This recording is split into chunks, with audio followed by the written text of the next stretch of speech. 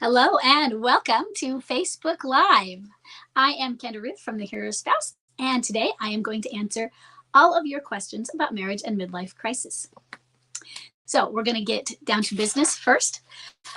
I am going live in 3 places. I am going live on YouTube. I'm going live in a private Facebook group where your comments are safe, and I'm going to the business page, and if you comment there, your friends could be notified if you have it set up that way, and they are public so people could see them if they were looking later. So I am going to go and post for the Facebook people which group you're in case you don't know, so that you can make sure that you feel safe posting comments wherever you are, especially if you don't want them private and you need to know that you're in the private group. In addition, I am opening my membership, Stand Up and Facebook Live for Cart Open, and I think this week I will do a Facebook Live in 1 week as well. We'll see how the week is going because it's a pretty busy week with my son's birthday coming up, but I think I will do it for the cart close. The cart closes next Thursday at 9 p.m. And Stand Up and Thrive is my membership for forward moving spouses. We have a support group. We meet weekly. And it includes my course, Detach and Thrive. So some people come for the course, some people come for the meeting, some people come for both. You can just take the course and leave the membership once you've completed the course. It's up to you. If you can't make the meetings, there is still the course that is involved in this membership. So hold on a moment. I am looking for the setup comments that I'm going to put in your pages. So I'm also going to go and make sure that I'm coming in. I'm watching as an audience member as well on the Facebook groups to make sure that I'm coming in. So if the sound didn't work, I did another one right after it did. Let me know though. I've also had some problems with sound becoming scratchy at about the 4-minute mark. So I'm writing the comment in the public group. In that public group, looks like some links didn't come through. So hold on a second. And I'm going to fix that really quick.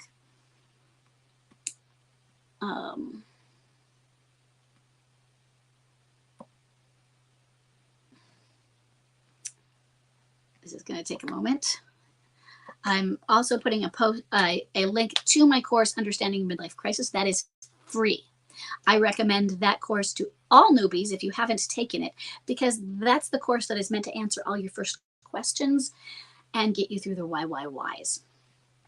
So give me another moment. Since the links didn't work, I had them embedded, and apparently they didn't work on the copy and paste in the comments. So I have to put a direct URL instead. And that takes a little longer. So hold on. We have about 10 questions to get through today. And if we don't get through them, we can always go on to next week and save some for next week. I don't want to have to do that, but that will be what we have to do. If we run out of time, I will see if I can go over it all, but I might not be able to go over. We'll just see what's going on. My husband just got a call from the school to go pick up one of the kids because she's not feeling well, and we'll just see. So sorry this is taking so long, but when those, there's the link for Stand Up and Thrive. Okay. Now fixing this next part.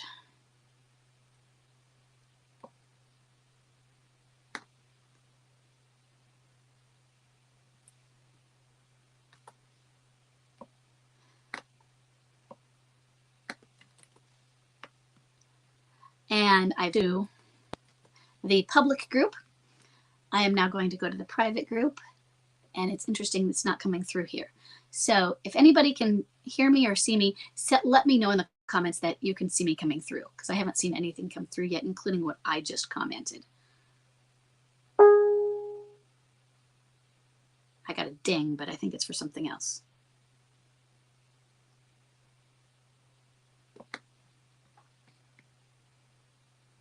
Oh, okay. That's why. Thank you. Thank you, thank you, thank you. Okay. And this always takes a while for me to find myself as I refresh the pages. So as we do that, I'm going to get out the questions. There I am. Okay, it looks like I'm coming through both ways. Now, also, I'll talk about that when we get there. So, taken so long already. Our first question, we have an anonymous male left behind and forward moving spouse. And the first 4 questions are from a couple of weeks ago because we've gotten behind on questions. So I really want to make sure we get through them. His bomb drop is May 8th of 2021. Date of marriage, 1998. He has an at-home MLCer who is a high energy replayer. It says, may I use your name? Yes, but it says anonymous. So, anonymous. He says, I recently discovered is applying for jobs several hundred miles away from where we live. Since she doesn't communicate with me, it came as a complete shock. I know her current job is stressful. And since our kids are now gone, she feels more free to be able to move. But it's hurtful to find this out by pure happenstance. Do I confront this and risk monster, or I just sit back and wait for her to tell me? Okay, so the basic question we're looking at, and I'm going to adjust this just a little bit there. The basic question we're looking at this is not so much, I mean, yes, you want the answers about the confront, is risk monster or not? And you have to determine when it's right to risk monster, but one of the things that I think is very important is not being afraid of monster, because you're going to get monster anyway. So my voice is high like Minnie Mouse. Does anybody else hear my voice like Minnie Mouse? Because I don't usually sound like Minnie Mouse, right, Tessa? Fabulous. I can't wait to hear what that sounds like. So I'll wait. Is it a problem? Can you hear me clearly, even though it's like Minnie Mouse? And for anyone who's new to me, I don't think I usually sound like Minnie Mouse. I don't want you to be fearing monster. And that's the biggest problem, because you're going to get monster anyways, and you're going to need to learn to face monster. One of the things that monster does is it is teaching you how to handle conflict. It's not pleasant. But sometimes we are trying to be so avoidant of monster. And in the main phase of MLC that you're dealing with is escape and avoid. They're already doing the avoiding. Okay, you can understand me clearly. That's good. We'll go with it. But sometimes when I use this, when I'm recording on this, when I'm just doing it as a recording, it starts to get scratchy after a few minutes. So let me know if it gets scratchy. And we'll see if, I hope it doesn't. I'm actually recording separately the voice, but I don't know if I'll use it or not. But thanks. So I don't know whether you want to risk monster or not, but I don't want you to be afraid of risking monster. I personally think that this is an important enough discussion because she's planning to move. And she's planning to move out on you, I'm assuming. But how did you discover it?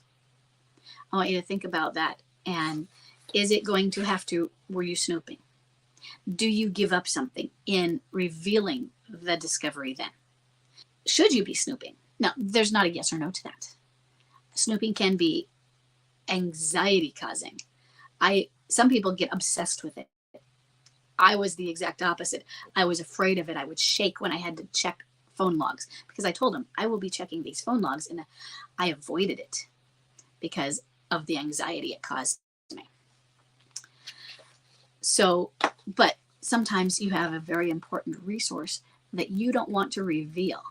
And so if confronting her with that would reveal yours, then you might not want to tell her you know anything, or find a different way to tell her that you know. I would not use being afraid of monster as your excuse or reason, because you're going to have to deal with that anyway. Wait for her to tell you. Is she just going to leave? Is she going to tell you? We don't know. How did she tell you with bomb drop? Your bomb drop was a few years ago. It was 2 years, from 2 years and 1 month. And so you have, was that because she spoke and she used words, or you pulled it out of her and she used words? Or was she passive aggressive, not really saying it? And that's what I'm looking at, is if she's told you things before, maybe she will again. Maybe you can start asking more questions that are a little bit covert and getting her to tell you. But if it's not about revealing a resource or a source, don't be afraid of monster. Think about how you would like to tell her you know, and practice it first so that you are doing it with compassion and empathy in a soft voice. I like voices that are firm, because the opposite of firm in my view is sounding weak, but soft, because you're showing some empathy and compassion, and it's not a scary voice. If you speak with too much authority like this, that would be feeling assertive and aggressive, and it would put her off. But speaking with a caring voice, you can't, you might still say, you're being mean, but at least you know that's not really how it's meant. Okay? Okay, we're going to move on to number 2. Number 2, we have an anonymous female left behind and for a moving spouse with a bomb drop of November 5th, 2020, and a date of marriage of 1995. She has a boomerang who is a low energy wallower. She says, 2 years ago, I told my MLCer to leave because he spent so much time with the alienator. They've been working together almost every day. They have been, I can't tell, since they met in an online course. They had with 1 8-month break. He's lived at her place for 5.5 months, and then he left because life with her, his words, causes problems. He's lived at home for a few weeks twice in the last few months because he had nowhere to go. And for the most part, since he doesn't have a place, he cat sits. He's cat sitting at houses for people who are on holiday. So not just one place, but he hops cat sitting. The first time went well, home. He even said in the end. But the last time he was openly contacting her daily, and he left to visit her and came home at 6 a.m. He had promised to keep the contact low while he was at home. He said he's not going to stop contact with her. So first, let me stop for a moment. If he actually says that, and I know we've been over this before a bit, then he doesn't come home. You need a place to stay? Well, you left me. This is not it. This is not your crash pad. I'm not a revolving door, and I'm not a motel. That's a really strong boundary. But he needs that strong boundary. He doesn't just get to come home because he doesn't have anywhere to go. It's very nice and kind of you, but it's also, if he doesn't agree to certain rules, it's doormatting. Okay, let's go on. I was under the impression that contact between them was less than before. I was wrong. Is this still part of MLC gets worse before it gets better? Yeah. 3 years in, I don't know if it's part of, it could be, but what I say MLC gets worse before it gets better, that's also, it's true. So all of you newbies, pay attention. And that is a very important thing to say to the newbies, because say in the first year, you could do it in the first 2 years, you're thinking all the cycling, and you're seeing all this hope, perhaps, because he's come home, and he's gone away, and then he's come home. But you believe each time things appear positive, that it's getting better. MLC gets worse before it gets better. They cycle. That's why you see positives and cookie crumbs. After this amount of time, November 2020, so we're at 3.5 years, I would not say this is part of MLC gets worse before it gets better, although it can be, because it can get worse for a long time. But it doesn't have to be. In the beginning, I want to warn all of you at a certain, if you're within the first year, you're still at the it's going to get worse part. Possibly within the second year. At this point, it could get worse. But I'm not get worse. I'm not going to give such a strong prediction. Although I try not to give predictions, but hey, I'm doing it now.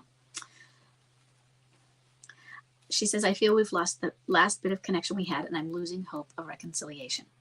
So first thing, and I think we've talked about this before, you say he's a boomerang, but he has a lot of clinging boomerang tendencies.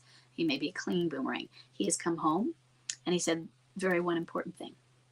He even said we might get together again in the end. That's a clinging boomerang. So what's going on is normal. He's just pulling in and out. And I think it sounds terrible.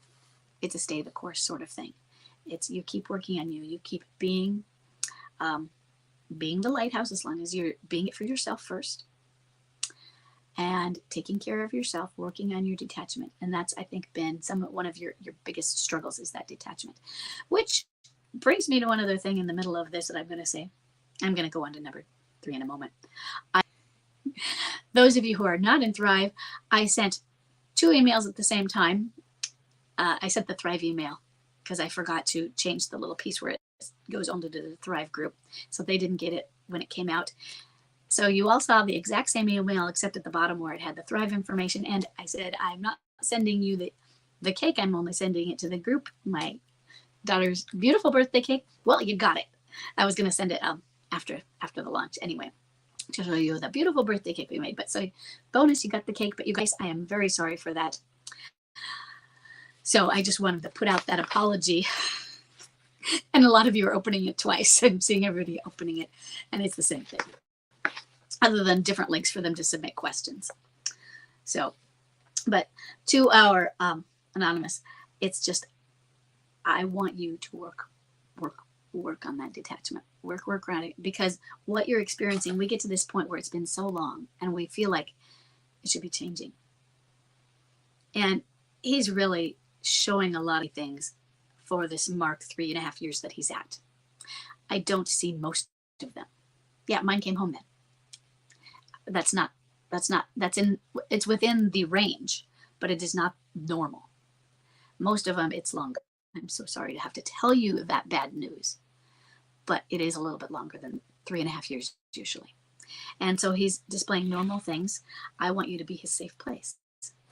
Now, for everybody, but for the person I'm talking to, because we've spoken, you know this, sometimes that you need to be your own safe place first. And so I want you to make that a priority, because we can't be somebody else's safe place if we aren't the safe place. That's the oxygen mask on yourself first type of thing. Okay. Let's go to number 3. We have an anonymous male left behind and forward moving spouse with a bond drop of January 1st, 2021, a date of marriage of 2008, and he has a vanisher who is a high energy replayer. It says, my MLC had and ended up marrying one of them. As far as I know, they've been together for almost 2 years. I haven't spoken to her since August of 2022. It's a very strange feeling to have someone in your life for 20 years and now they feel dead to you. Yeah, I'm so sorry. Sometimes I wonder if she'll ever wake up. She has me blocked and I have no way to contact her if I wanted to. So, do you have kids together? My basic assumption is no, because that would give you a way to contact her. Ways. So some of it is you're going to live your life for yourself without the thought of her. Yeah, you're going to have the thought of her, but without the thought of her coming back in an expectation sort of way, because we can't guarantee that. And not only that, unfortunately, the odds are against all of us. Doesn't mean people don't reconcile, they do. But the odds are against. They are better for those of you who have a close contact, or especially a clinging boomerang. They're still, more are going to end up not reconciled than will end up reconciled. The odds are against. And I hate saying it, but I want to be honest with you. I don't want to lead you on, okay? So if you want to be a stander, what are some other ways other than, like I told the last person, working on yourself, being the lighthouse, but being a lighthouse for yourself first, your own sanctuary? Facebook. You can post and see if someday are other people going to look at your stuff, and will it filter through a grapevine? Yeah, I checked on him, and yeah, he looks like he's doing great. He looks like he's doing well, or not well. I mean, what I want her to see is that you are doing well. I want her to see that you are thriving. And occasionally, maybe you should post something that is a good memory and not a crying sort of victim comment, but I'm so sad that, I really miss her. But you know what? Life is good. Some comment where it shows that you still have positive feelings for her, but you're not letting it hold you down. I want her to hear that you're doing well. Because what I was expecting is the argument on your side is if you just post positive things and then they get back to her, she's like, I'm so glad he's doing well. No worries. Okay, I'll get on with my own life. Now she hears, I'm so glad he's doing well. Oh, he said something nice about me. That was nice. I think I'll check on it. She'll get more interested that way. And she might not. We have no idea. When you have a vanisher, remember what I just said. Odds of reconciliation, low for everybody. Lowest for vanishers. The less, because think about it, the less contact you have, how are you going to get back together without contact? And so you're in the most difficult position of all from the standing point of view toward reconciliation. So what I want you doing is I want you being your best self. I want you living your life. I want you thriving. And what do you need to do to those things? Because right now, she's gone. And you can hope and pray that she will come through this. But those are passive. They aren't things that you can do to her and for her. You have to give it up to God or your higher power and let her figure it out. And they're not always going to figure it out. That's the sad part is it. Oh, and if we're using it as a tactic just so that they can grab back on, it doesn't work that way. We can let go and they can say, yep, sayonara. Okay? I want you focusing on you. And keep good thoughts of her. Okay? And let's go on to number 4. We have another, we're on anonymous today. An anonymous female left behind and forward-moving spouse with a 5th 2020, a date of marriage of 1995. She has a clinging boomerang who is a high-energy read player. She said, my MLC moved out on November 19th, 2020. His divorce was granted just this year, just a little over a month ago on April 26th of this year, 2023. He's with the same alienator. He started seeing her in March of 2021. So November 2020 to March of 2021, possibly no alienator if he started seeing her. So not too long from bomb drop to alienator. Again, very toxic relationship. She's already met his parents and other family members. He stayed at our marital home, when I bought a house in June of 2021. He calls and he texts me all the time to ask about our daughter who's in college, and since we own a business, he calls to ask basic questions. It seems he's very much into the alienator since he keeps coming back to her after every breakup. I'm still standing for my marriage and will continue to stand. Any advice on what I need to continue doing? So, first thing, yeah. But what I'm looking at is you say how the relationship with the alienator is on again, off again, and very toxic. It sounds terrible, but I love that. He's very much into her. He keeps going back to her after every breakup. It sounds terrible again. I love that because what I'm seeing is an affair down. I'm seeing the toxicity. Hey, there are some where they're toxic, but we just can't see it. There are some that the only real toxicity is that this started out as an illicit relationship, as an affair. It can become something more stable. Sorry. But when they're this toxic. So what I want you to do is I want you to get the book Emotional Blackmail. And I want you to read that because that is what she is probably doing to him. He is a victim. I don't want you to feel sorry for him. He's chosen the path right now. But he is in limerence. And yes, he can still be in limerence. But what I have found is that limerence fades. Emotional blackmail can take its place, and it is strong. Get their claws in, and they are barbed claws. So when they back them out, it rips more. Think about what a barb does. It rips more. So that's the emotional blackmail part. Leaving does damage. Leaving her is so hard, so they just don't do it. And they just go back. She's telling him things like, you owe me. Thanks, Tessa. I thought I could count on you for that. You owe me this. This is what you need to do to relationship. I gave up everything for you. You gave up everything to be here. Why shouldn't you be here? I can only be happy with you. You are responsible for my happiness. And they will feel guilty. Why? Well, somebody who is stable, not in a midlife crisis, in other words, might not buy into that. Might go, this lady's crazy, this lady's controlling, this person, I am not doing that. But they want to be the knight in shining armor. And this person knows how to push that button. They are the damsel in distress. And he's going to keep doing that and keep doing that until he just gets tired of it. She could have imploded. He gets through it. He keeps working through this.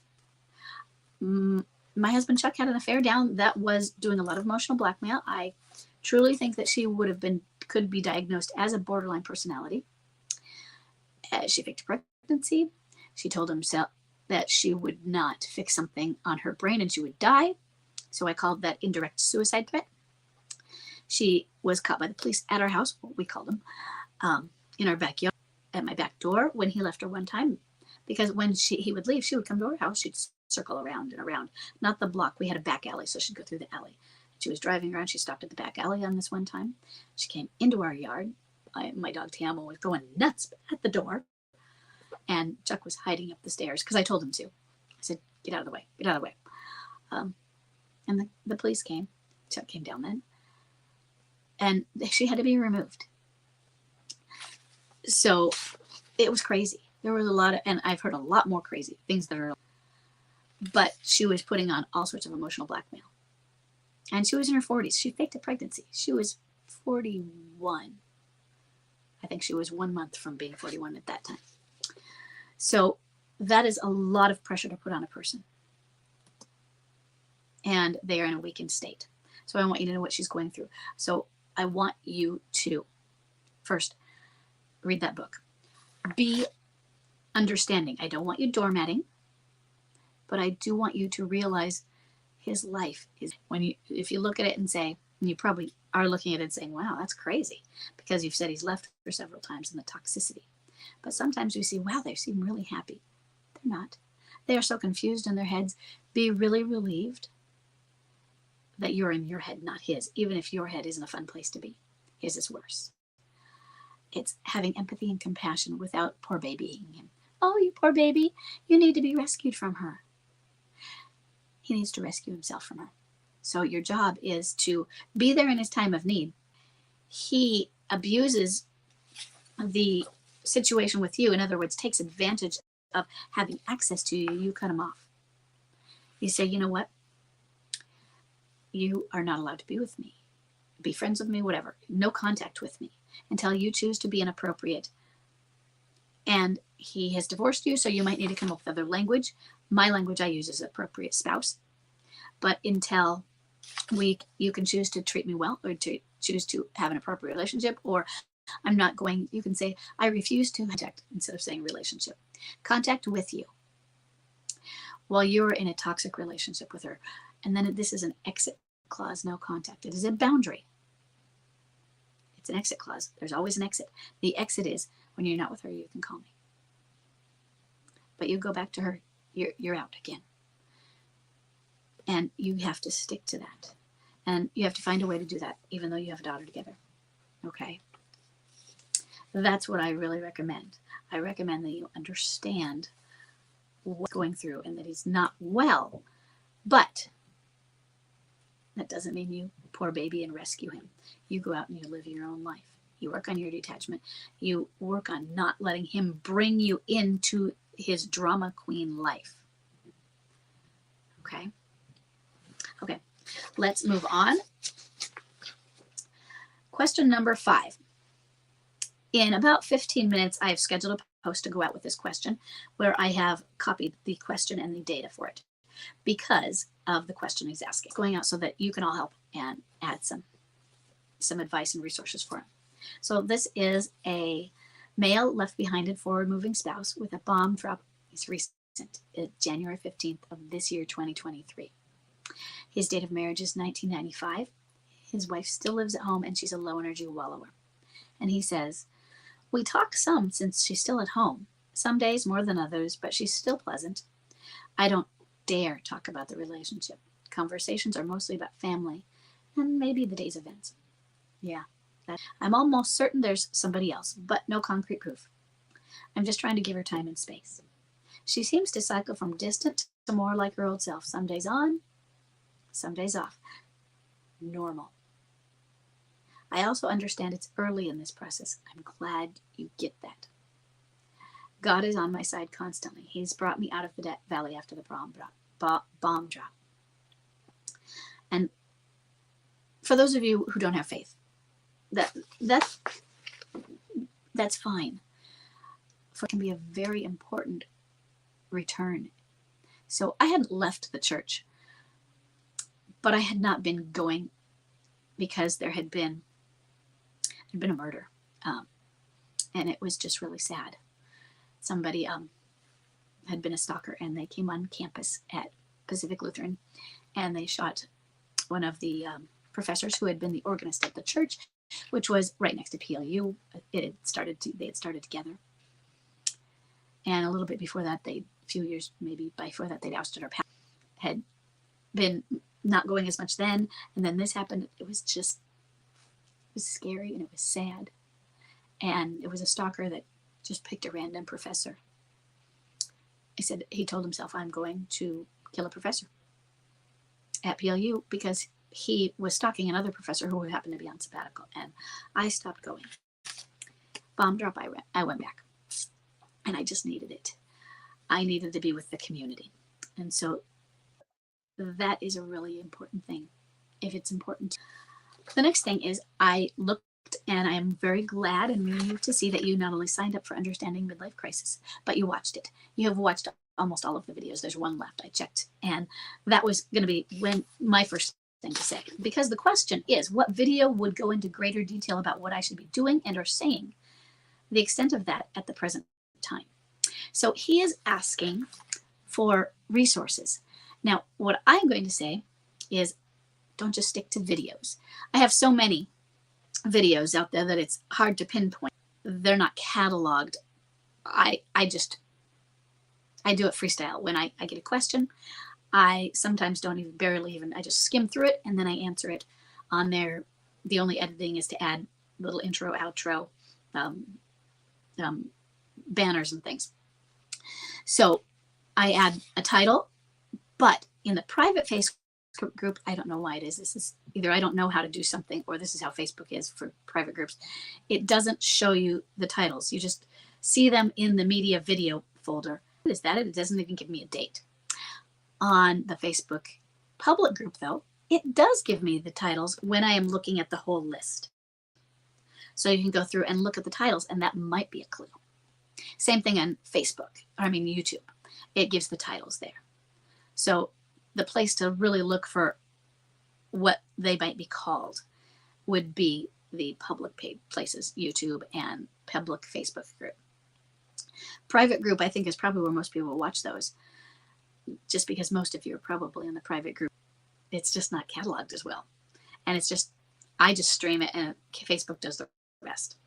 So asking for help, I have scheduled a post in the private Facebook group. And it should go out. I put it to go out at 1:45. So that's in 11 minutes. I was trying to hit when I was going to be answering this. So check for that. And if anybody has recommendations of articles, they don't have to be mine. It's great if they are, but they don't have to be. Videos. And just put them in the comments, and let's help them out. Okay? Okay, there's one I really want to answer. It's one away. So I'm going to make a note that this is number 6 and number... Okay. This one came from Facebook yesterday, and I asked if she would like me to answer it here. So it's going to be a little bit long. So, and since it came from Facebook without a submission, I'm saying we're anonymous. I didn't get bomb drop. She might have said bomb drop. Oh, she's asked, that's the question. She says that he is a boomerang and he is a high energy replayer. This might be one, it might be another one where I say it's actually a clinging boomerang. I think this is the one. So we're going to go through it, and I'll say that. See if that was the one. She said, I struggle with figuring out my bomb drop. He lost his job on May 20th of 2020. When he called me with the news, I thought, well, this is the beginning of the end, because his whole identity was wrapped up with his job, and I could just sense that he would spiral into depression. I had no idea he was going to take our marriage down with him, but I knew it was going to be a challenge like nothing else. First, I think that's amazing that you recognize that at that moment. That is being very insightful and a lot of insight and understanding into your spouse. So a lot of us have to look back in hindsight. By the end of 2020, he was drinking more, staying out late, and taking up dangerous hobbies. He monstered a lot, although I didn't know that this was MLC monstering yet. On April 1st of 2021, so now we're almost a year ahead, he broke his ankle mountain climbing. On that day, I realized he was having an emotional affair with his climbing partner. Soon after the injury, she broke it off with him, and he became suicidal. That's when I really knew there was no going back to our old life. So she says, I assume bomb drop is that the day he lost his job. Since I could see the crisis coming and then recognized all the marriage-busting MLC behaviors by the end of that year. But the emotional affair wasn't there until April. What do you think? There's more after this because I asked her some questions. No, I don't think that is your bomb drop. That is your trigger for your bomb drop. The questions I have, bomb drop could happen that day also, but typically there's going to be some processing and maybe some denial and avoidance, because what that means is it triggers, and that might be the start of his midlife crisis, but it is not when we start bomb drop, and therefore not when we start the time clock. Bomb drop is when he tells, and let's say some people don't ever do it, but they leave. Well, that would be a bomb drop. There has to be some form of communication. And yeah, I know we're communicating with body language and all that, but it needs to be more overt than that. Leaving, say, ghosting you, never calling you, but leaving the house, abandoning, that would be at least overt, even if there's no words. So he is trying not to tell you. He's still trying to hide everything. The reason we start time clock at bomb drop become more active. They leave. They stop hiding the affair. Not always. Some of them hide it while they're married to them later. Seriously, they say they're still married to you, to people. Crazy. Some of them will keep going on. Hold on, let me get my train of thought back.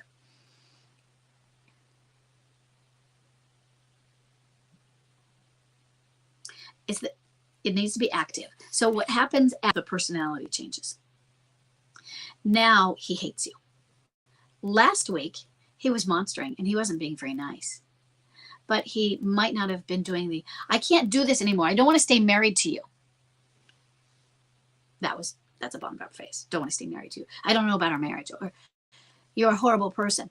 He might not have been going that far. He's monstering and he's showing a lot of anger, but now it gets specific after bomb drop to rewriting the entire marriage, or saying now loving you to hating you. It's going to be less of a harsh change in your situation because you notice the ramp up. Some of us don't notice anything. Some of us because we're just not noticing something that's going on. But some of us because there's not anything to notice. Maybe they're hiding it well, or there really just isn't, and then suddenly they walk out. Sometimes then we look back and we go, okay, well, their dad died 6 months ago, and we were able to put those things off to, well, he's going through grief. It's normal. But now it's specific and it's about you and it's about your marriage. You're to blame. The marriage is to blame. And yeah, some of them will say, it's not you, it's me. They do that. But it is the marriage. Maybe it's because they're martyring and they don't deserve the marriage. But it is that they are leaving it. But that doesn't have to mean divorcing. But they don't know what they want anymore. They're confused. They need to experiment. Oh, don't worry, back to you. That's clinging boomerang phrases.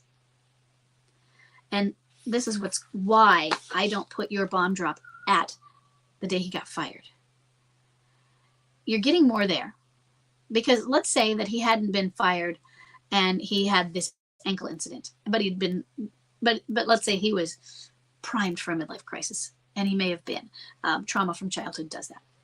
He has a terrible accident. He's been having an emotional affair, though, so something might have been smaller triggering him. The emotional affair leaves him and becomes suicidal. There might be the bomb drop. Not on the, it might have been a trigger of something triggered an emotional affair, but then more trigger from the ankle incident. And then bomb drop might be, say, when she broke up with him, if he becomes more vocal and overt, and then the marriage and the suicidal. You can pull a bomb drop out of somebody. You confront them. Now they admit it. But once they admit it, once they make public that they don't want to be there, or something's wrong, or they're having an affair, they changed their goals in life toward you. You were arguing, but you're still planning on your future together, of your retirement plan and the dream house you're building. That's all changed.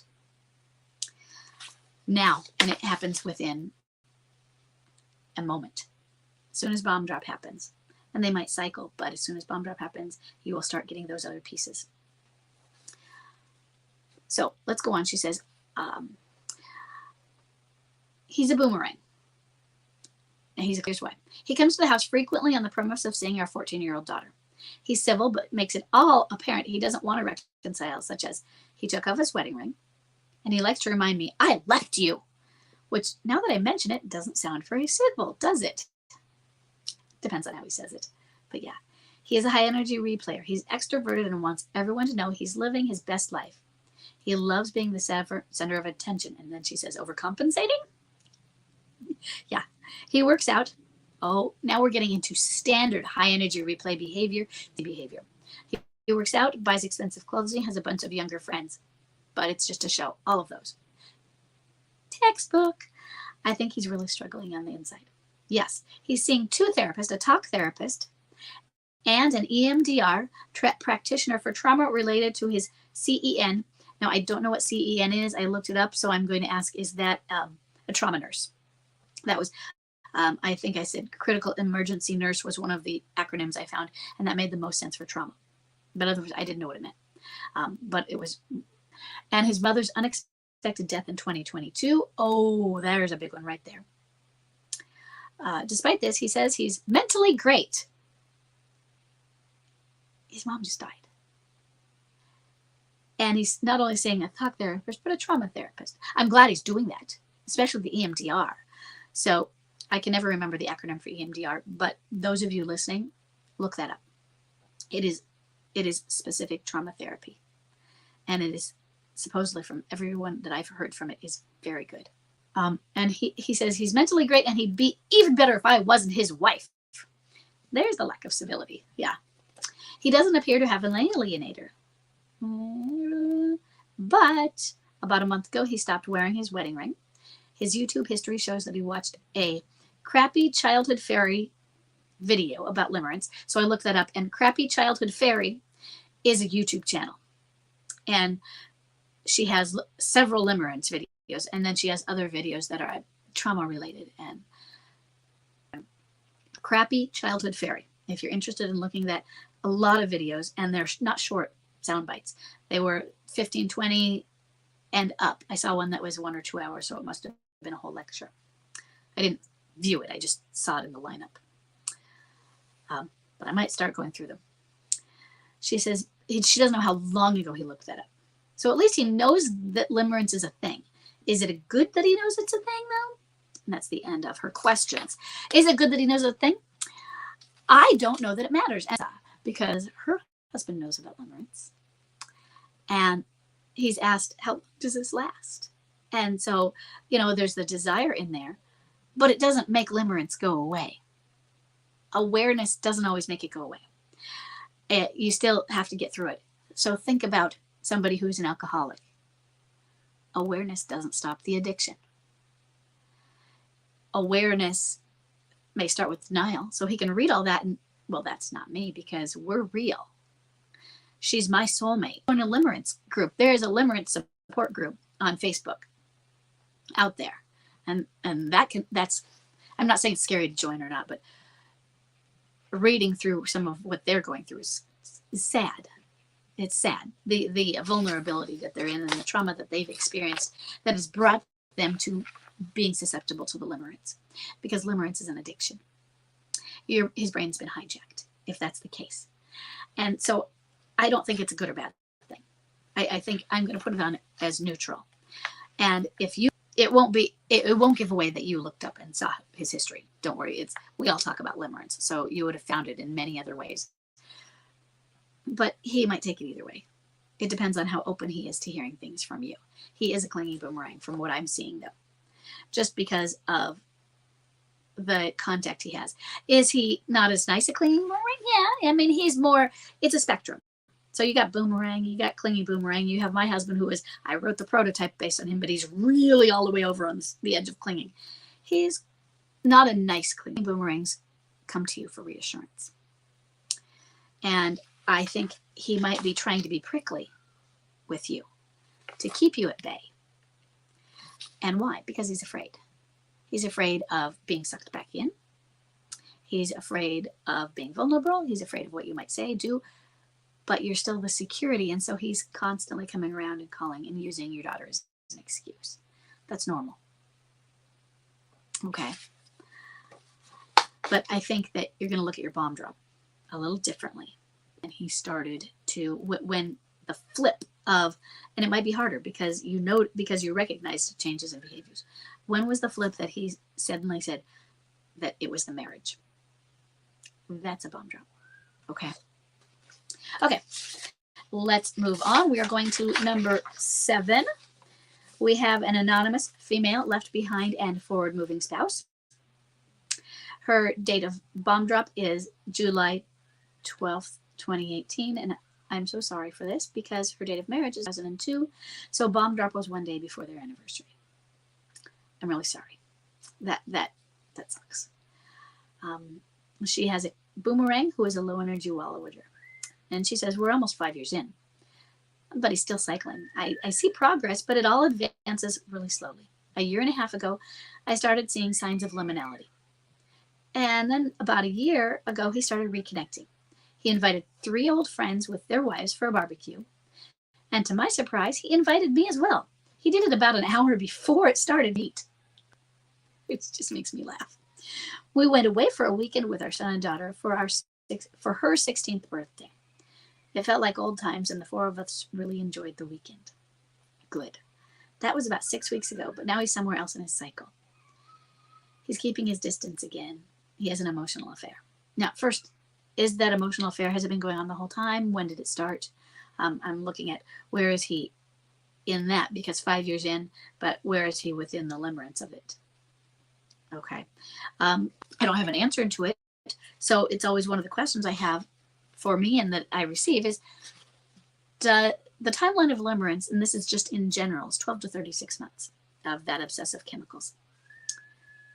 How different is it if it's unrequited or if it's emotional? So there might be reciprocity going back, but it's still emotional. So it's never becoming physical. Does that keep limerence going because it's the carrot and stick model? And he just hasn't gotten it yet.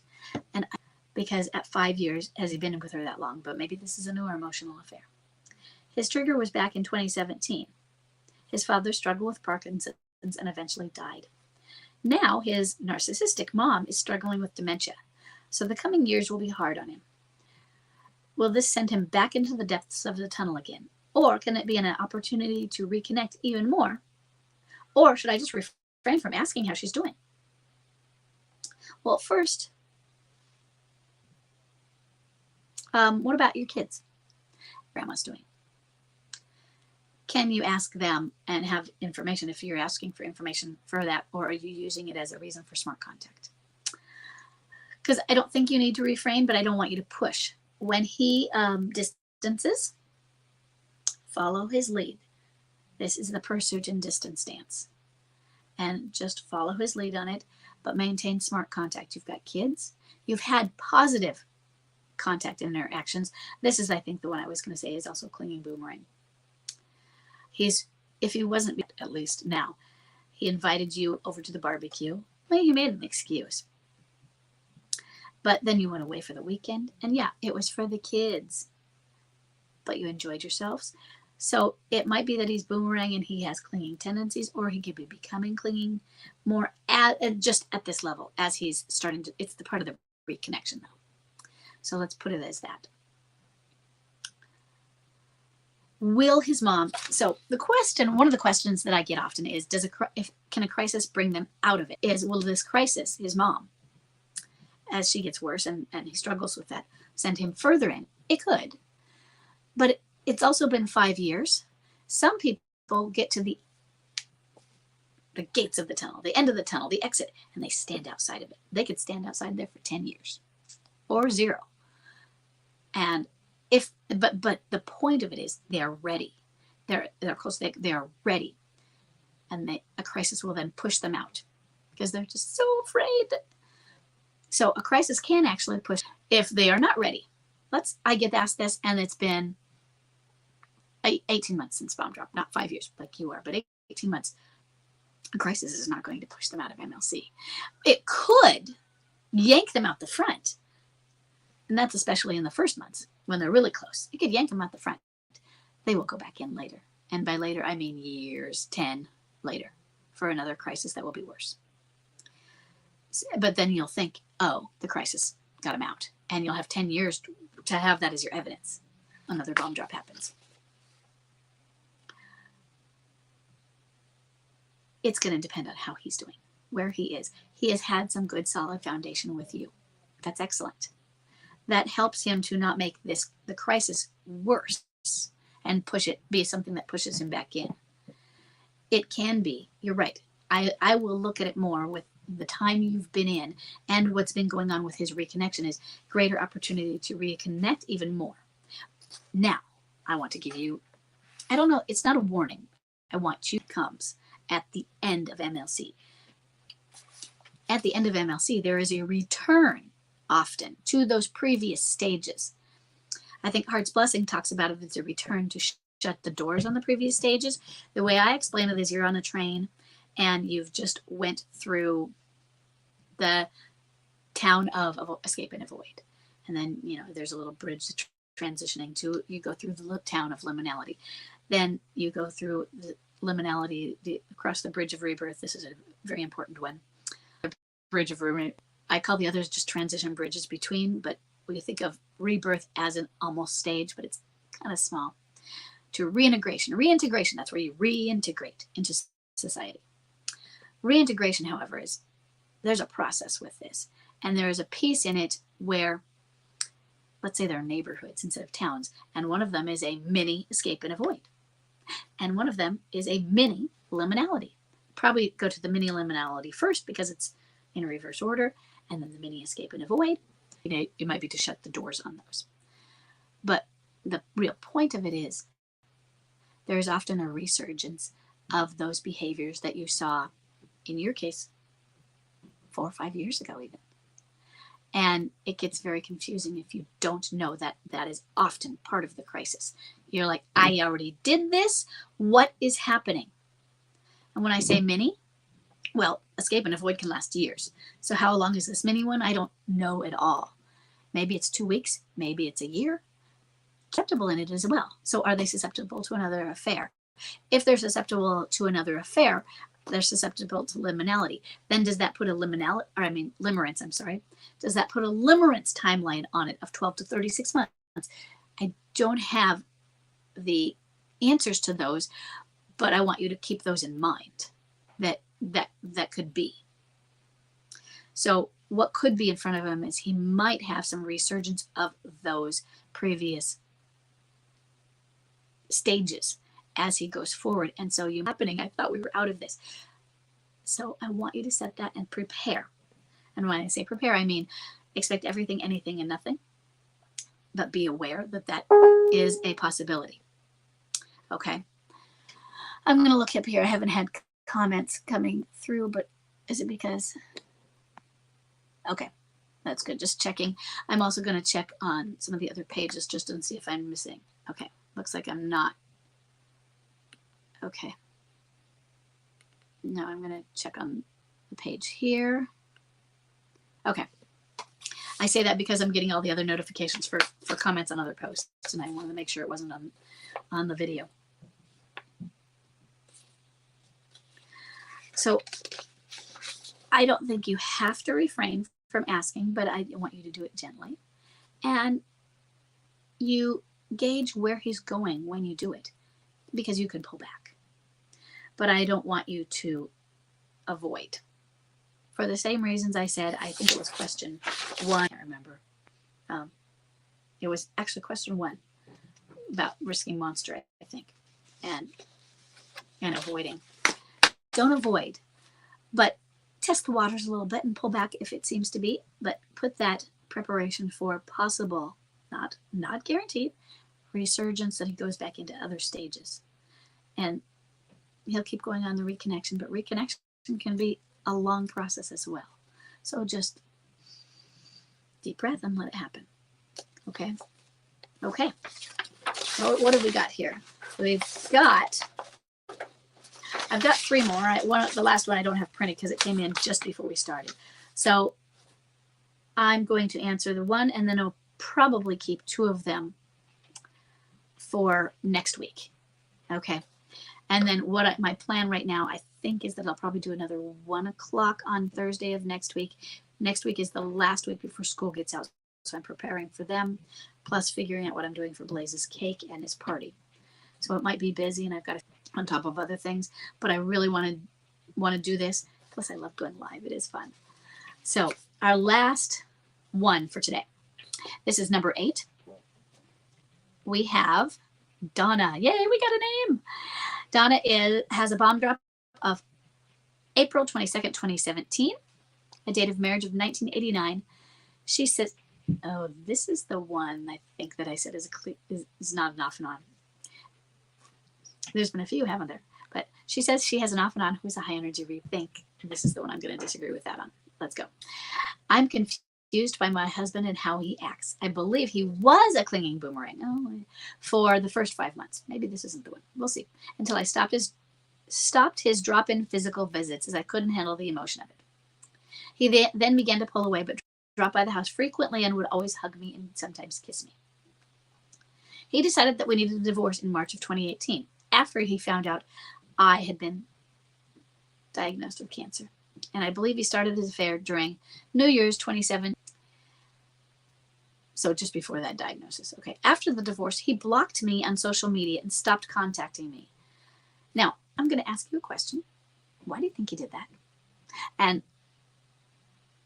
it's because I have an answer. Alienator. Sure, some of them will block you, but this was somebody who is a clinging boomerang. Alienators want control. They're afraid, all of those. And she's not going to allow him to have contact with you. She may be very well controlling that. You that. He married the alienator in August of 2020. So they got together 2018. 2.5 years later, they married. Okay. Our friends and my family say he doesn't post about the 2 of them or about her. He's... I referenced this earlier, and I see this regularly. He has even told some people that we are separated, but working on our marriage.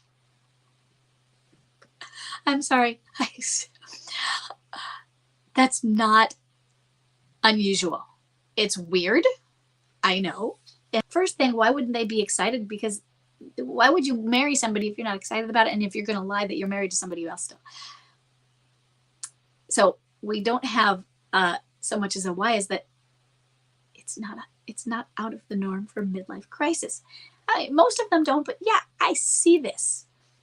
Not only while they've left and maybe divorced, but remarried, still saying they're working on it with their real spouse. Oh yeah. You can't make this stuff up. Is it common for an MLCer to hide? Yeah. That seems strange to me, doesn't it? It seems strange to all of us, but it isn't. It is common. And does that mean he won't come around / wake up if he's in that kind of denial? It doesn't. It doesn't mean that. He seems to be reclusive and not his normal personality. Good. I mean, I'm sad that he's reclusive. I'm sad that he's not his normal personality. But does that also for you validate that there's something going on? that this isn't really would valid be the right word? Really an authentic, a real, a healthy, a stable relationship. We can't tell you if he's waking up or not. And is he in denial or is he lying? I mean, is he denying something? So is he not being truthful, but he knows he's lying? Or is he in a denial where he is repressing and suppressing something to the point that he doesn't recognize it? He goes home to another woman every night. So he knows that you are not separated only. All of that. So I don't think I would call it denial. I would call it why is he hiding and lying to other people? Why is he pretending? Because that's a different thing. He won't come around and wake up. I think your job, unfortunately, is just to sit back, live your life, detach all of the regular things, and let it fall apart. And I can't guarantee it will. And I say that because my dad was the other man, and it was 29 years until he died. And it wasn't the great marriage. It wasn't a bad marriage. It was functional. And they might disagree, but to me it was like, those people are the Bickersons. Who wants to be around them? They weren't pleasant. But they were never going to, especially once into old age, they were probably codependent. And it was functional. It just wasn't like, wow, I'm so jealous of their marriage. Absolutely not. I guarantee you that this will ever end or that it won't. The odds are not good for it continuing for that marriage. The odds of a marriage started, not only second marriages and third marriage, but a marriage started as infidelity doesn't have a good success rate. Now, the success rate for standard marriage, divorce rate is not 50%. And if you look at certain groups, even so, if you look at it even global, I think they say it's not 50% failure. It's less. Add onto it, that group, the infidelity group, skyrockets. They have a high divorce rate.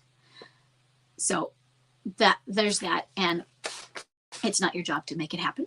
You just, you can get yourself a bowl of popcorn and watch it happen type of thing. But your job is to focus on your life and know that what he's going through is normal. I can't tell you if this means he won't wake up. I can tell you it could go either way. I've seen some of them who just go down a long spiral. I don't see most of them. So, I've seen a few of them that just spiral, psychotic break. In other words, that's on the spectrum, but it's rare. Instead, what I would say, instead of that psychotic break, I see more of them. The ones that, he's never come out of it and it's been 20 years. I call them cranky codgers. There's a difference between a psychotic break and they're just a grumpy old man. Or they're the lady with all the cats. And the ones that all the kids are afraid to go in their yard because he yells at them, that sort of thing. Doesn't mean he's not. You would know more maybe about what he was like beforehand. And if he was ever that type of personality. Because I will tell you, if Chuck had a midlife crisis now and he didn't come out of it, he'd be the grumpy old codger. Because I married the grumpy young codger. He was the guy in the neighborhood who yelled, "You darn kids, stop making all that noise with your motorbikes." Which I found hilarious because do you know what the neighbor said to him? "Will you stop driving that CBR up and down and making noise on your motorcycle?" But I know that about him. What do you know about yours? Is he somebody who would have done that initially? Yeah, it's been a long time. 2017. And we are now 6 years in. But 6 years is still on the spectrum of midlife crisis. I know that sucks. It's terrible. And we get tired of it. Your job is to live your life. And let's hope for him, not just for you and reconciliation, if that's what you're looking for, that he comes through to a better place and he's not in such a toxic relationship. And when that relationship is over, he can look toward you, or you can maintain some smart contact since he's had that event at times. And you can say, you know what, I really regret what happened with us and I miss you. And see what happens. Okay. So we are at 2:05. I've got 2 that I will move on to next week. I'm going to put that on, write that in my notes next week. Okay. And this one came in, I think it was just late, either today or yesterday anyway. And the next one for next week, I will send out a notice. I see how the week is going, but I'm pretty sure I really want to do another Facebook Live next week for the cart close for Stand Up and Thrive. So I'll be announcing the cart close and talking about it a little bit more. Usually this week I send out a few more emails. I haven't written them yet. That's why the last email was so late, 2.5 weeks, because I was kind of writing writer's block a little bit. But I need to send out a couple reminder emails just talking about Detach and Thrive. Usually there's a link in those if you don't want, I don't want more emails about, or not Detach and Thrive, Stand Up and Thrive. You can opt out so that you, okay. So, and I will see everybody hopefully next week and in any Q&A videos that I do later. Okay. Thanks everybody. Bye-bye.